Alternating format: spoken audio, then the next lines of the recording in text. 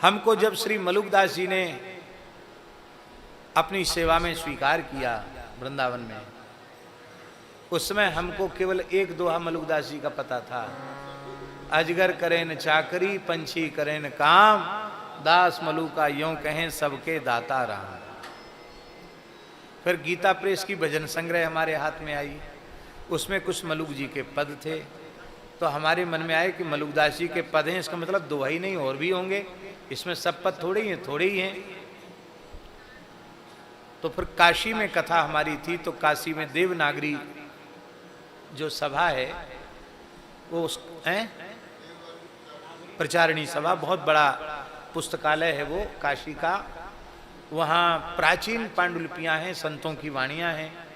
तो वहाँ से हमको मिली एक पतली सी पुस्तक, इतनी पतली पुस्तक मिली, संत मलुकदास की वाणी। वो पुरानी छपी हुई थी, बहुत पहले, लगभग 80-90 वर्ष पहले छपी हुई थी। बेलेडियर प्रेस अंग्रेजों के जमाने में हुआ करती थी प्रयाग में। बेलेडियर प्रेस प्रयाग से छपी हुई एक प्रति हमको देवनागरी प्रचारणी सभा में काशी में मिली। एक शोध प्रबंध भी हमको मिला।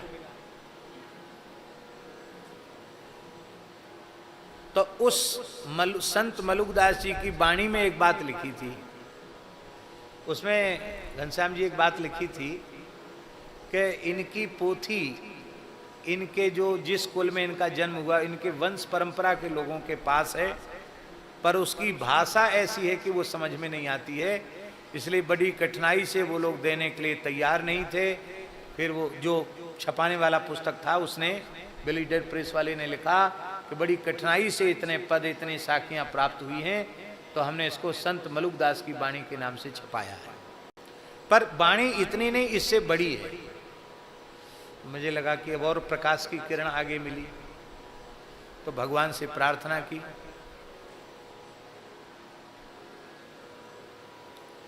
फिर जयपुर आए हम।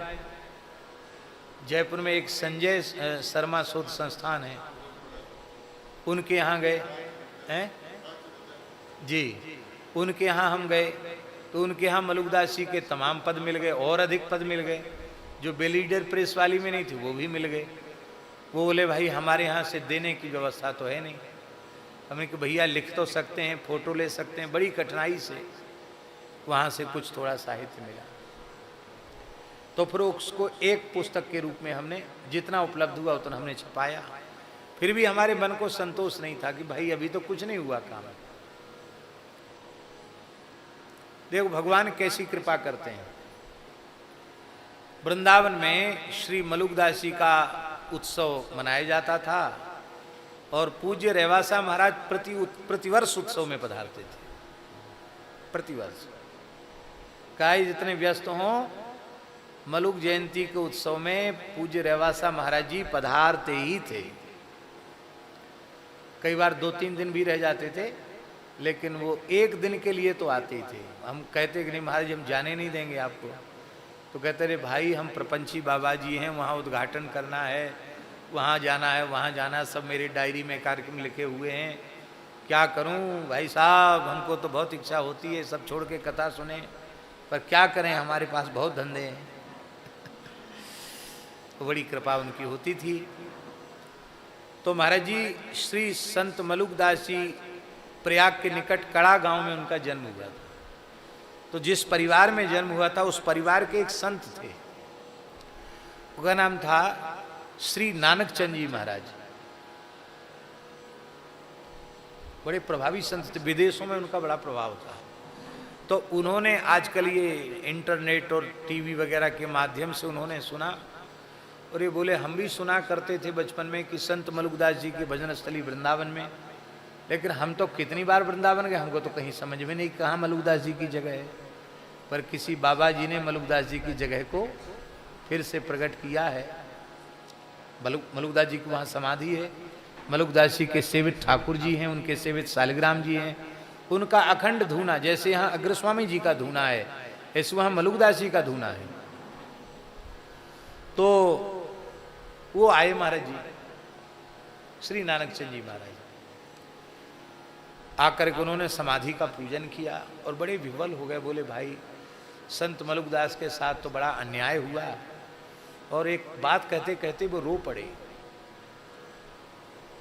अब ये बातें इनको राजनीतिक रंग न दिया जाए, हम पहले से कह देते हैं। देश का दुर्भाग्य था कि जिस व्यक्ति की भारतीय सनातन संस्कृति में अणुमात्र श्रद्धा नहीं थी, जो पुराणों को संस्कृत भाषा के उपन्यास के जैसा मानता था, वेदों को गडरियों के गीत मानता था, उस विचारधारा का व्यक्ति इस देश का प्रधानमंत्री बना।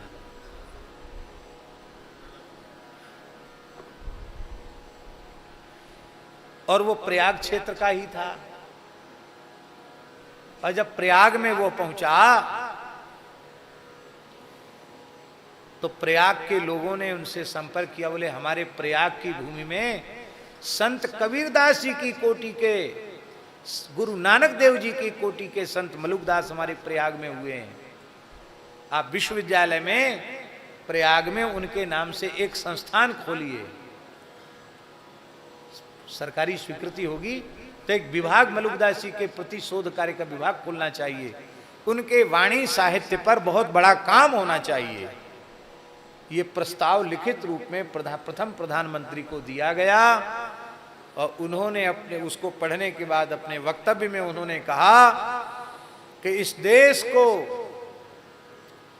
आलसियों के सूत्रधार की जरूरत नहीं है, कर्मनिष्ठ कर्मशील व्यक्तियों की आवश्यकता है। ये तो आलसियों के सूत्रधार थे मलुकदास।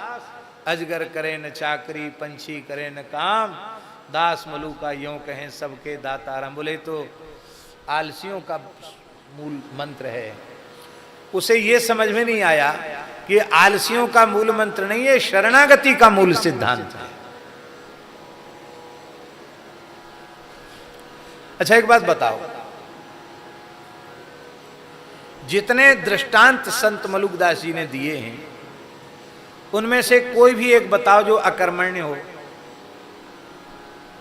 अजगर अकर्मण्य है क्या? पंछी अकर्मण्य है क्या? अरे हमसे ज्यादा सक्रिय है पशु पक्षी।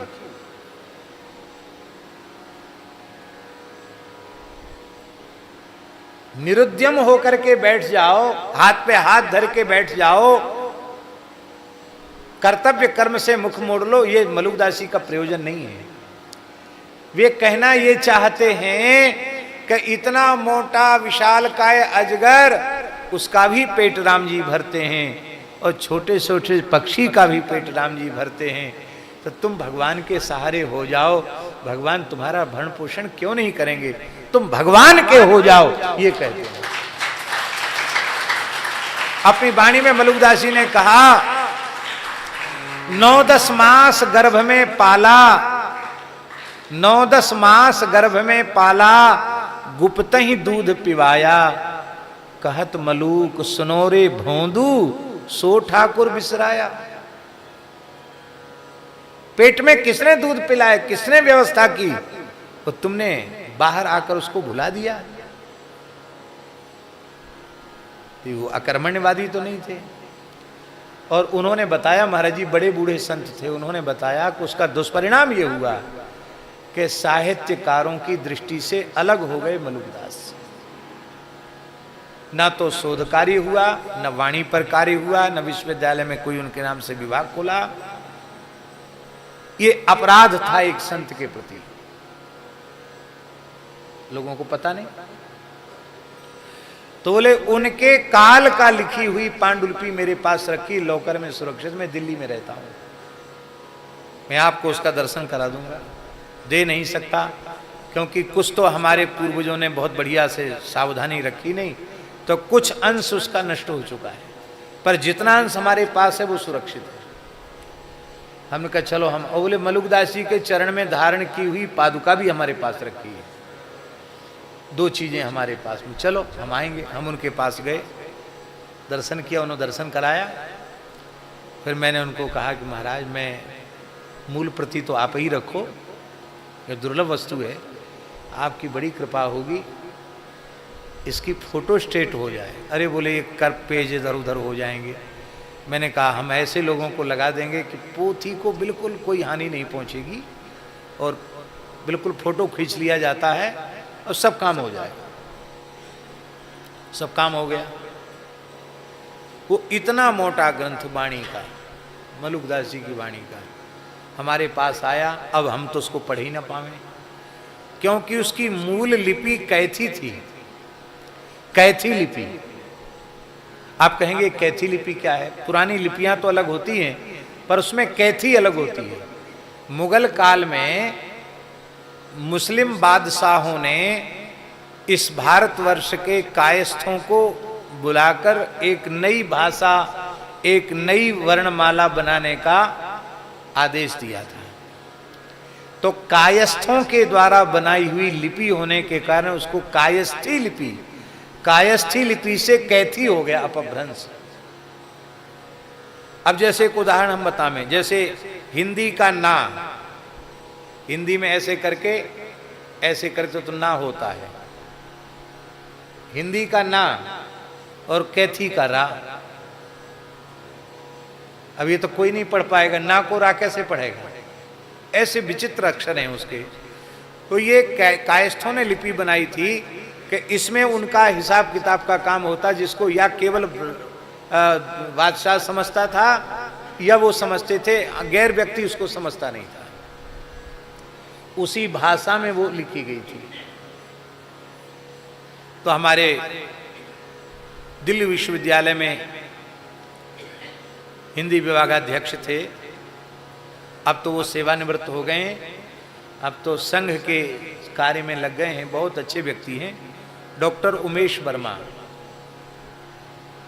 वो हमसे जुड़े हुए थे। मैंने कि वर्मा जी आप तो बड़ा काम करते हैं, कितने को आपने पीएचडी डिलीट कराया है, तो आप इस काम को करो। उनको हमने मूल प्रति दी। बोले महाराज जी हमने बहुत सी पांडुलिपियां देख ली, ये तो समझे भी नहीं आ रही है। कई लोगों से चर्चा की, बोले कैथी लिपि में बहुत कम साहित्य है, इसको पढ़ने वाले लोग नहीं मिलते, उपलब्ध नहीं होते, क्या करें? हमने कहा आप ऐसा करो कि आप इसको पढ़ लोगे। बोले कैसे पढ़ लेंगे? मैंने कहा मेरे पास उपाय है, आप आ जाना।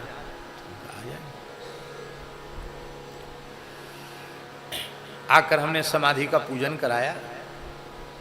मैंने कहा श्री राम जय राम बोल के 4 परकम्मा दो, और फूल तुलसी उठा के मैंने दे दिया।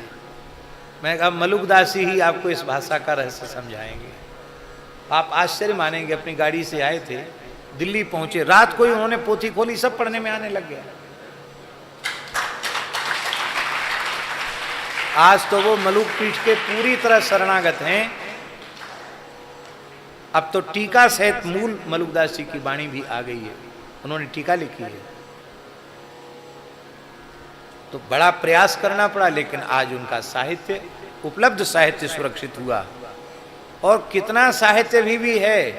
खेड़ापा धाम गए थे हम 2-3 वर्ष पहले, 2-3 वर्ष हो गया होगा, हैं 4 वर्ष हो गए। परम पूज्य श्री खेड़ापा महाराज जी, वर्तमान जो विराजमान आचार्य चरण हैं, बड़े अच्छे महापुरुष हैं, हमारे ऊपर बड़ा उनका स्नेह है। तो वहाँ उत्सव था, वहाँ कथा थी, पूज्य रेवासा महाराज जी भी वहाँ पधारे थे, आप भी पधारे थे, साथ ही तो आए थे आप और पलसना वाले महन जी और महाराज जी, हाँ तो साथ ही आए थे। तो वहाँ जब कथा पूरी हो गई तो पूज्य खेड़ापा महाराज ने श्री मलुकदास जी की लिखी हुई महाभारत हमको दी, जिसका नाम है पांडव विजय। उसी सन संवत की, उसी काल की लिखी हुई उनके पांडुलिपि आगार में सुरक्षित थी। बोले ये उनकी वाणी है, मलुकदास जी की वाणी है, और आपके ही मलुकदास जी की वाणी है, मलुकदास नाम के, लेकिन ये उन्हीं मलुकदास जी की वाणी है। बोले हम आपको ये निधि दे रहे हैं। मैंने कहा आप मूल रखो, फोटो हमको दे दो। बोले भाई मूल स्थान मलुक पीठ है तो वहाँ मूल रहनी चाहिए, फोटो स्टेट भले ही मेरे यहाँ रहे। आज वो मूल ग्रंथ हमारे यहाँ इतना घनश्याम जी इतनी मोटी और इतनी बड़ी पोथी है, अभी उस पर काम चल रहा है। डॉक्टर उमेश वर्मा जी उसी पर काम कर रहे हैं। आश्चर्यचकित हैं, बोले महाराज इतना साहित्य। हमारे कहने का प्रयोजन ये है, हमने अपने पूज्य संतों की विरासत को कहां संभाल पाया। आपको सुनकर शायद थोड़ा खराब लगेगा, पर क्या कहें, हमारी आदत ही ऐसी है कि किसी को बुरा लगे तो लग जाए, पर हम बोले बिना नहीं रह सकते हैं। खाए बिना रह जाएंगे, बोले बिना नहीं रहेंगे। ये स्थिति हम लोगों की क्यों हुई?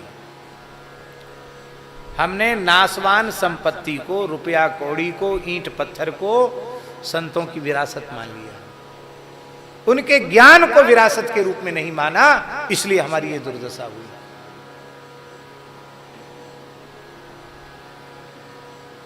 भौतिक संपत्ति की भी सुरक्षा होनी चाहिए, मठ मंदिरों की सुरक्षा, मान मर्यादा की रक्षा होनी चाहिए, ये तो जरूरी है, लेकिन और अधिक आवश्यक है कि उन संत का साहित्य, उनके विचार, उनका ज्ञान वही समाज को आलोकित कर सकता है, एक नई दिशा दे सकता है, वो संभालना चाहिए।